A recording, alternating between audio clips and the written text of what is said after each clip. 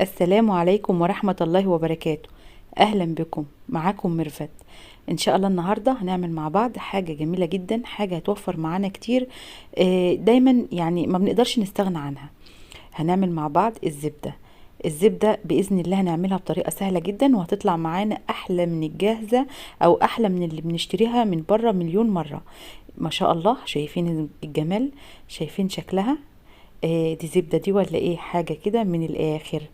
تعالوا بقى نعرف احنا عملناها ازاي. ومش بس كده، المفاجأة كمان ان احنا هنحولها كمان لسمنة بلدي. تعالوا بقى نشوف الطريقة. ايه رأيكم؟ ادي السمنة بتاعتنا اللي احنا حولناها من الزبدة اللي احنا عملناها. يعني عملنا الزبدة ممكن نستخدمها زي ما هي كده، ولو احنا عاوزين نحولها سمنة، سمنة بلدي، بنحولها بسهولة جدا وطريقتها بسيطة. يلا بقى تعالوا نشوف مقاديرنا ايه. بس انا بستأذن حضراتكم اللي لسه ما نورنيش بالاشتراك، اتمنى ينورني في القناة بالاشتراك ويفعل الجرس علشان يوصلوا مننا كل جديد بإذن الله. ولو عجبكم بقى طريقتنا ما تنسوناش باللايك. يلا نشوف احنا عملنا الزبدة الجميلة دي عملناها ازاي. اول حاجة هنقول بسم الله الرحمن الرحيم، وهنبدأ نعرف دلوقتي مقاديرنا ايه. احنا زي ما احنا شايفين كده المقادير بسيطة جدا. معانا كوباية من الزبدة، سيحناها تسيح بسيط خالص، ما تكونش يعني جامدة، تكون بس يعني يا دوبك دافية بس كده. ومعانا كوباية من اللبن، وكمان معانا كوباية من الزيت، ومعانا حوالي معلقتين من الخل، ومعلقة كبيرة من الليمون، عصير الليمون. طبعا هو دي مقاديرنا بس، وحوالي نص معلقة صغيرة من الملح. دي مقاديرنا بس اللي احنا هنستخدمها، واظن مفيش ابسط من كده حاجة. طبعا الزبدة اكيد طبعا هتبقى متوفرة عندنا في البيت، ولو مش متوفرة هنجيب كم يعني، نقول ربع كيلو او نص كيلو من الزبدة، ناخد بس منها كوباية. الزبدة الفلاحي بتاعتنا الجميلة اللي احنا طبعا كلنا بنحبها في الحلويات وفي الاكل، بتدي طعم او تيست جميل جدا للاكل طبعا. طبعا دولت المقادير. هنشوف بقى الطريقة سهلة جدا وبسيطة برضك. طبعا شغلنا كله هيبقى في الخلاط او في الكبة عادي خالص، اي حاجة. المهم ان احنا هنضرب المقادير دي كلها مع بعض، بس هنبدأ تدريجي كده. اول حاجة هنعملها هننزل بكوباية اللبن، وبعدين نضربها شوية كده في الخلاط او في الكبة لحد ما تعمل رغاوي كده، او تعمل فوم كده، وتبقى يعني خلاص اللبن كده ريحته يطلع كده ويعمل فوم زي ما احنا شايفين كده، او يعني نضربه شوية حلوين كده. بعد كده بننزل بكوباية الزبدة. طبعا الزبدة ما تكونش سخنة قوي، علشان هي لو سخنة هتخلي اللبن يقطع مننا. هنا نزلت بكوباية الزبدة على كوباية اللبن اللي انا ضربتها في الاول، وبعد كده برجع تاني اضرب شوية كده في الخلاط او في الكبة، حبة كده حلوين لحد ما كله يعني يختلط في بعضه كده ويبدأ يتقل معايا. ونشوف بعد كده الخطوة اللي بعد كده بنعمل ايه.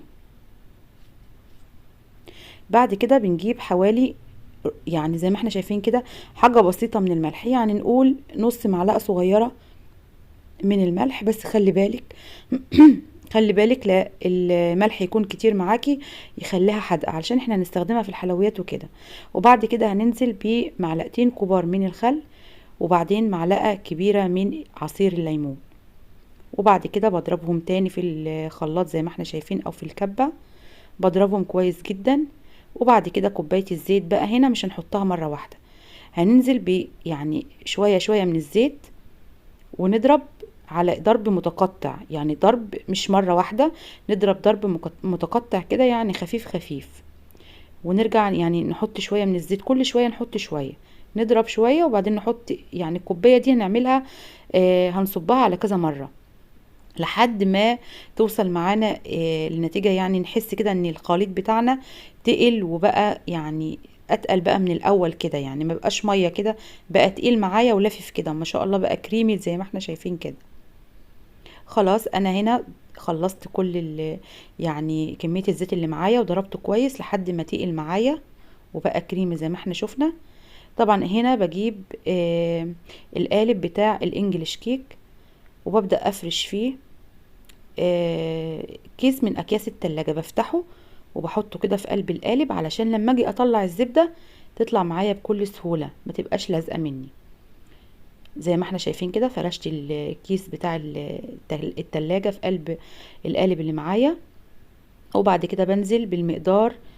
الزبدة بقى زي ما احنا شايفين كده بتبقى شوفهم كريمي كده وجميلة كده، يعني ولا هي تقيلة قوي ولا يعني يا دوبك تحس كده ان هي عاملة زي البان كيك كده او الكيكة او عجينة الكيكة. بعد كده طبعا انا حطيتهم في التلاجة، حطيتها في التلاجة لمدة كده ساعتين ولا حاجة لحد ما تماسكت ما شاء الله. وبعد كده طلعتها من التلاجة، كان القوام بتاعها بالشكل اللي احنا شايفينه ده. ما شاء الله الزبدة طالعة معانا جميلة ومتماسكة ازاي، حاجة كده تحفة وجميلة جدا.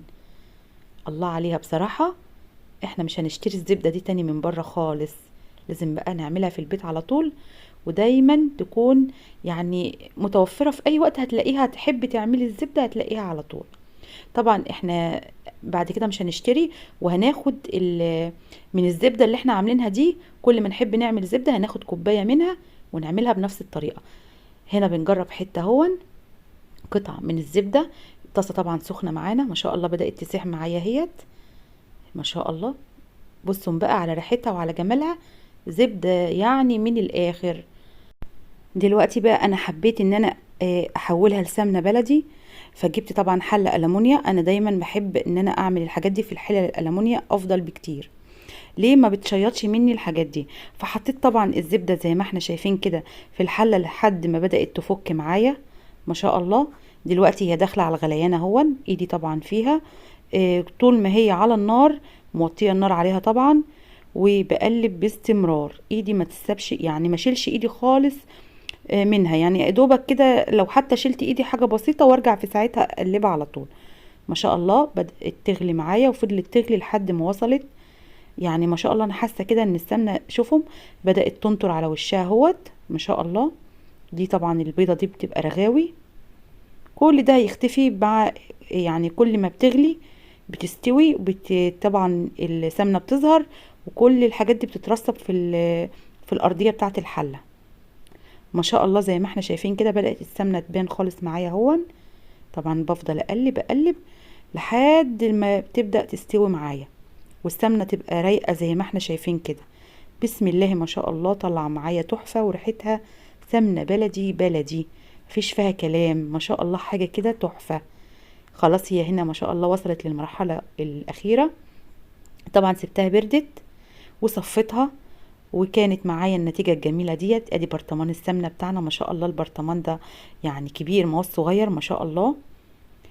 وكمان طلعت لنا احلى مرته اللي احنا شايفينها دي، المرته بتاعتنا الفلاحي الجميله.